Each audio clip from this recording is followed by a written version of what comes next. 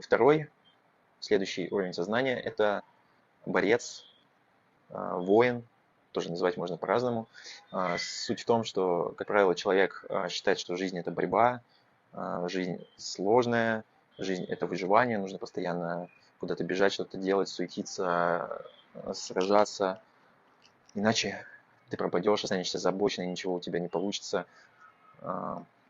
Здесь ирония в том, что как человек мыслит, как он сформировал свое мышление, так у него и получается в жизни. Каждый день у него происходят какие-то сложные ситуации, с которыми нужно справляться.